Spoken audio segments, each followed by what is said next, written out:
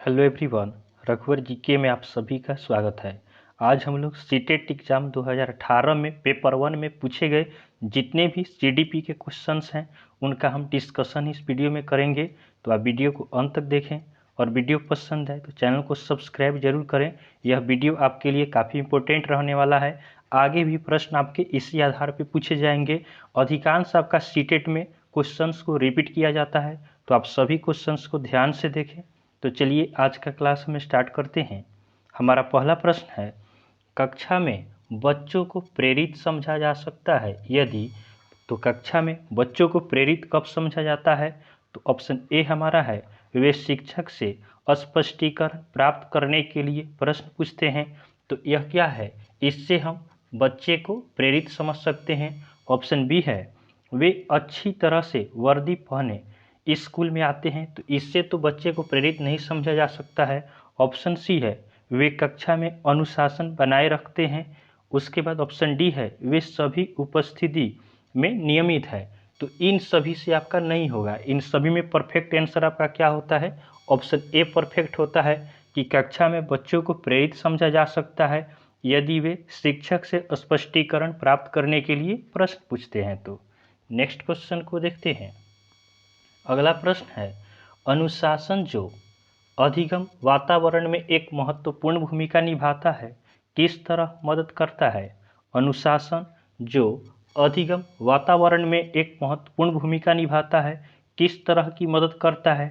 तो option A हमारा है, बच्चों को उनके पाठ रटकर याद करने में।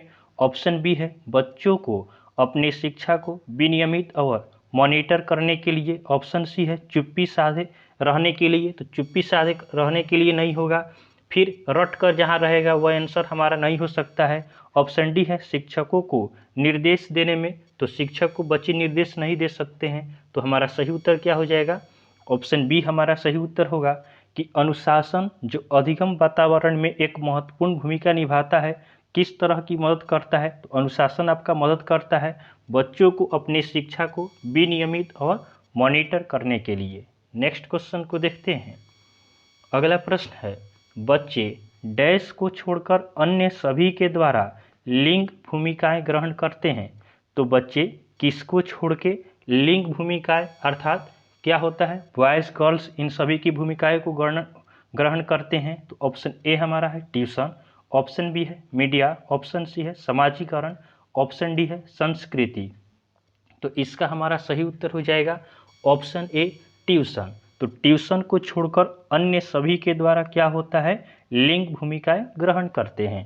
तो ऑप्शन ए हमारा सही उत्तर होगा। नेक्स्ट क्वेश्चन को देखते हैं।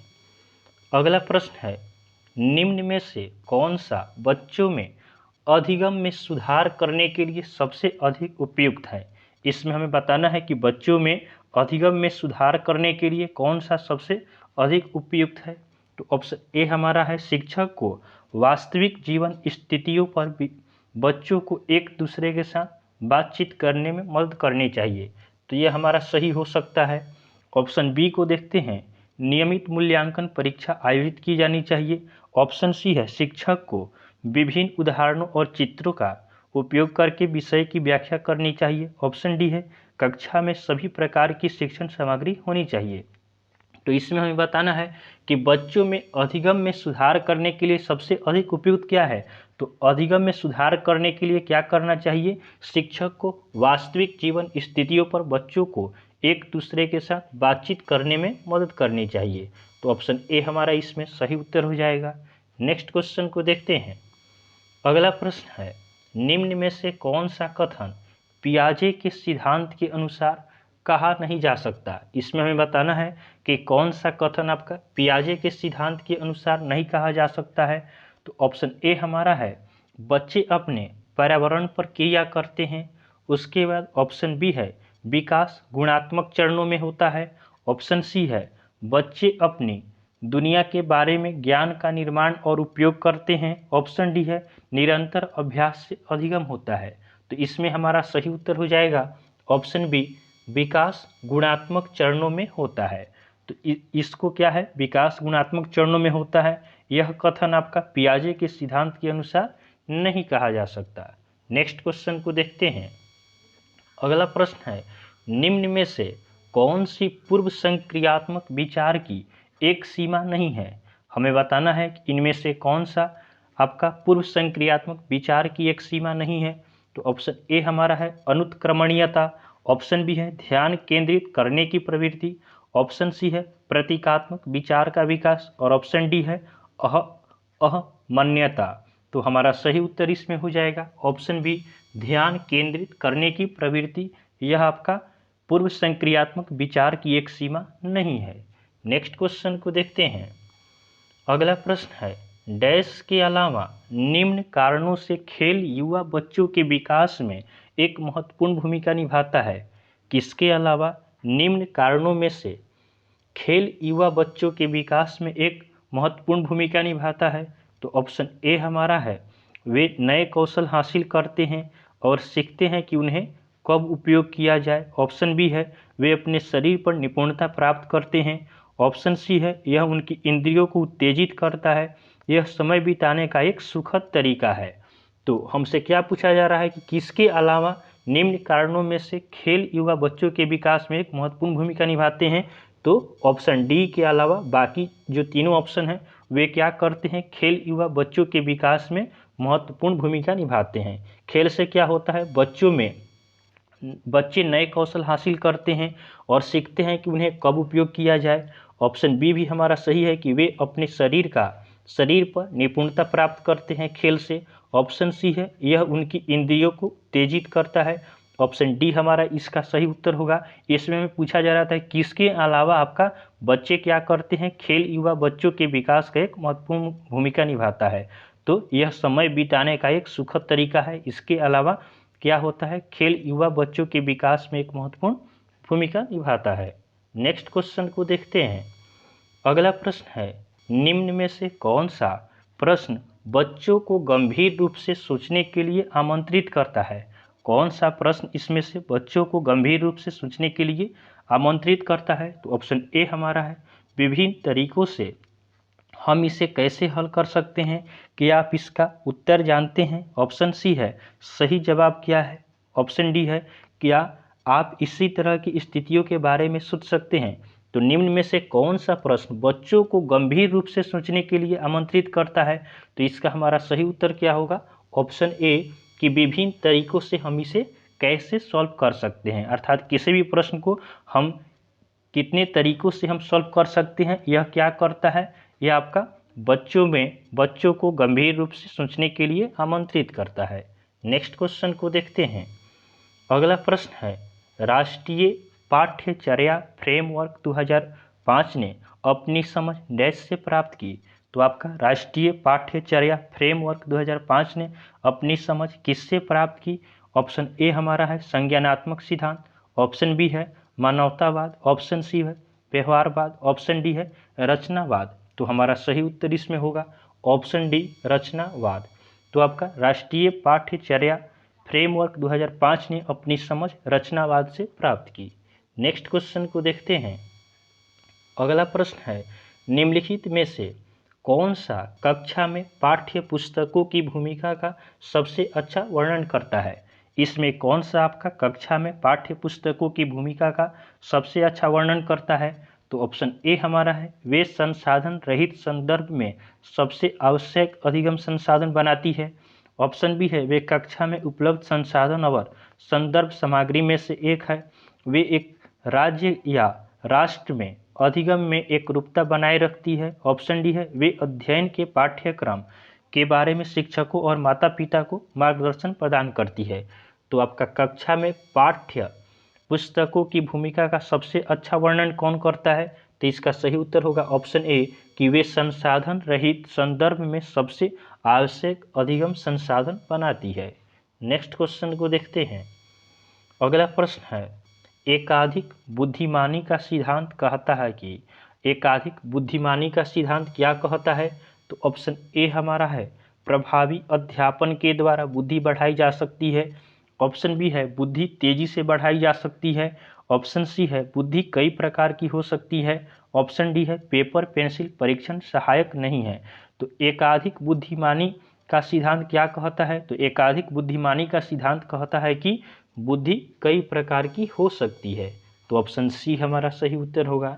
नेक्स्ट क्वेश्चन को देखते हैं। अगला प्रश्न है, अलग अलग सोच वाले पैटर्न उन बच्चों की पहचान करते हैं जो, तो ऑप्शन ए हमारा है प्रत्यस्थिति है, ऑप्शन बी है विकलांग है, ऑप्शन डी है डिसलेक्सिक है, ऑप्शन डी हमारा है सृजनात्मक है। तो हमारा सही उत्तर होगा ऑप्शन डी सृजनात्मक है। तो अलग अलग सोच वाले पैटर्न उन बच्चों की पहचान करते हैं जो किस प्रकार के हैं, जो बच्चे आपका सृजनात्मक हैं। नेक्स्ट क्वेश्चन को देखते हैं। अगला प्रश्न है, निम्न में से कौन सा शिक्षक की भूमिका का सबसे अच्छा वर्णन करता है? इनमें से कौन सा आपका शिक्षक की भूमिका का सबसे अच्छा वर्णन करता है? तो ऑप्शन ए हमारा है आराम के लिए जगह बनाना, जहां बच्चे संवाद और पूछताछ के माध्यम से सीखते हैं। ऑप्शन बी है कक्षा में शिक्षक की सबसे महत्वपूर्ण भूमिका अनुशासन को बनाए रखना है। ऑप्शन सी है एक शिक्षक को निर्धारित पाठ्य पुस्तक का पालन करना चाहिए। ऑप्शन डी है पाठ्यक्रम को समय पर पूरा करने के साथ साथ दोहराना चाहिए। तो ऑप्शन इसमें से हमारा सही उत्तर हो जाएगा ऑप्शन ए कि आराम के लिए जगह बनाना, जहां बच्चे संवाद और पूछताछ के माध्यम से सीखते हैं। तो शिक्षा की क्या होता है, यह सबसे महत्वपूर्ण भूमिका होता है। नेक्स्ट क्वेश्चन को देखते हैं। अगला प्रश्न है, बच्चों में प्रतिभाशीलता डैश के कारण हो सकती है? तो बच्चों में प्रतिभाशीलता किस कारण से होती है? तो ऑप्शन ए हमारा है एक अनुशासित दिनचर्या, ऑप्शन बी है आनुवंशिकता और वातावरण के बीच एक अंतःक्रिया, ऑप्शन सी है एक संसाधन समृद्ध वातावरण, ऑप्शन डी है सफल माता पिता।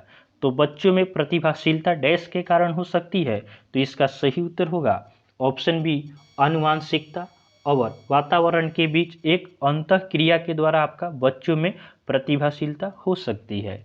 नेक्स्ट क्वेश्चन को देखते हैं।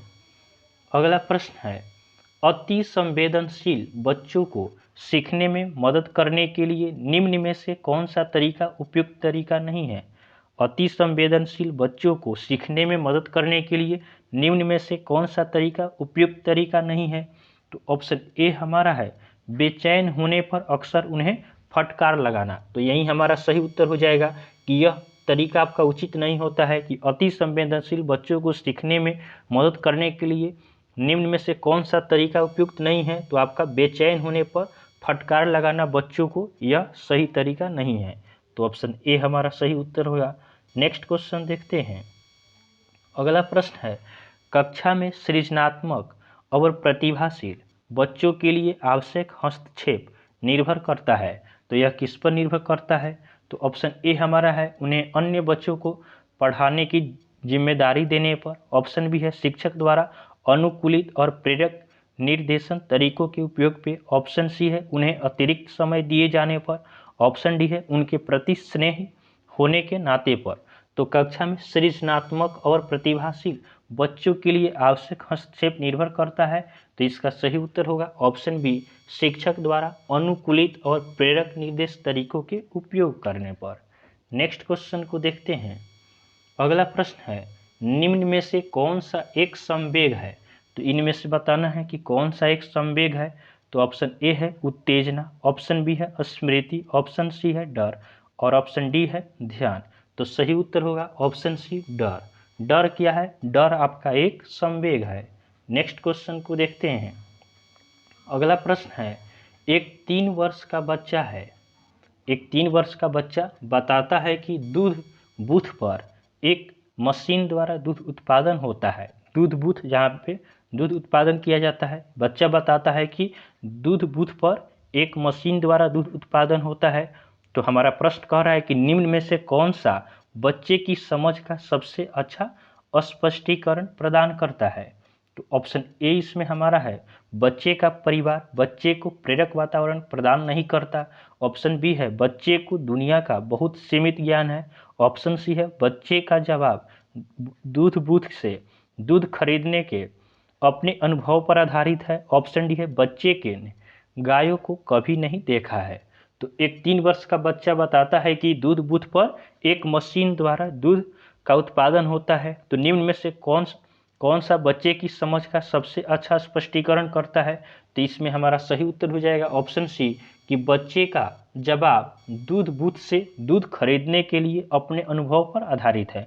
तो बच्चा जो देखता है वही बताता है, तो यही हमारा सही उत्तर होगा कि इसका कि बच्चे का जवाब दूध बूथ से दूध खरीदने के अपने अनुभव पर आधारित है। नेक्स्ट क्वेश्चन को देखते हैं, और यह हमारा आज का लास्ट क्वेश्चन है कि निम्न में से कौन सा विकल्प प्रगतिशील शिक्षा का सबसे अच्छा वर्णन करता है। तो इनमें से कौन सा विकल्प आपका प्रगतिशील शिक्षा का सबसे अच्छा वर्णन करता है। तो ऑप्शन ए हमारा है परियोजना विधि और क्षमता समूह बनाना रैंकिंग। ऑप्शन बी है करके सीखना परियोजना विधि सहयोग से सीखना। ऑप्शन सी है थीमेटिक इकाइयाँ नियमित इकाई परीक्षण रैंकिंग। ऑप्शन डी है व्यक्तिगत अधिगम क्षमता समूह बनाना छात्रों को लेबलिंग। तो निम्न में से कौन सा विकल्प प्रगतिशील शिक्षा का सबसे अच्छा वर्णन करता है। तो इसका हमारा सही उत्तर होगा ऑप्शन बी खुद से करके सीखना परियोजना विधि और सहयोग से सीखना। तो इस तरह हमने आपका 2018 के पेपर 1 में पूछे गए सीडीपी के सभी क्वेश्चंस को हमने आज सॉल्व किया है, जो आपके लिए काफ़ी इंपॉर्टेंट है। तो आपको वीडियो पसंद आया हो तो आप वीडियो को लाइक करें, चैनल को सब्सक्राइब करें तथा अपने फ्रेंड के साथ इसे जरूर शेयर करें। तो चलिए आज के लिए हम इतना ही रखते हैं, फिर आपसे नेक्स्ट वीडियो में मिलेंगे, तब तक के लिए धन्यवाद।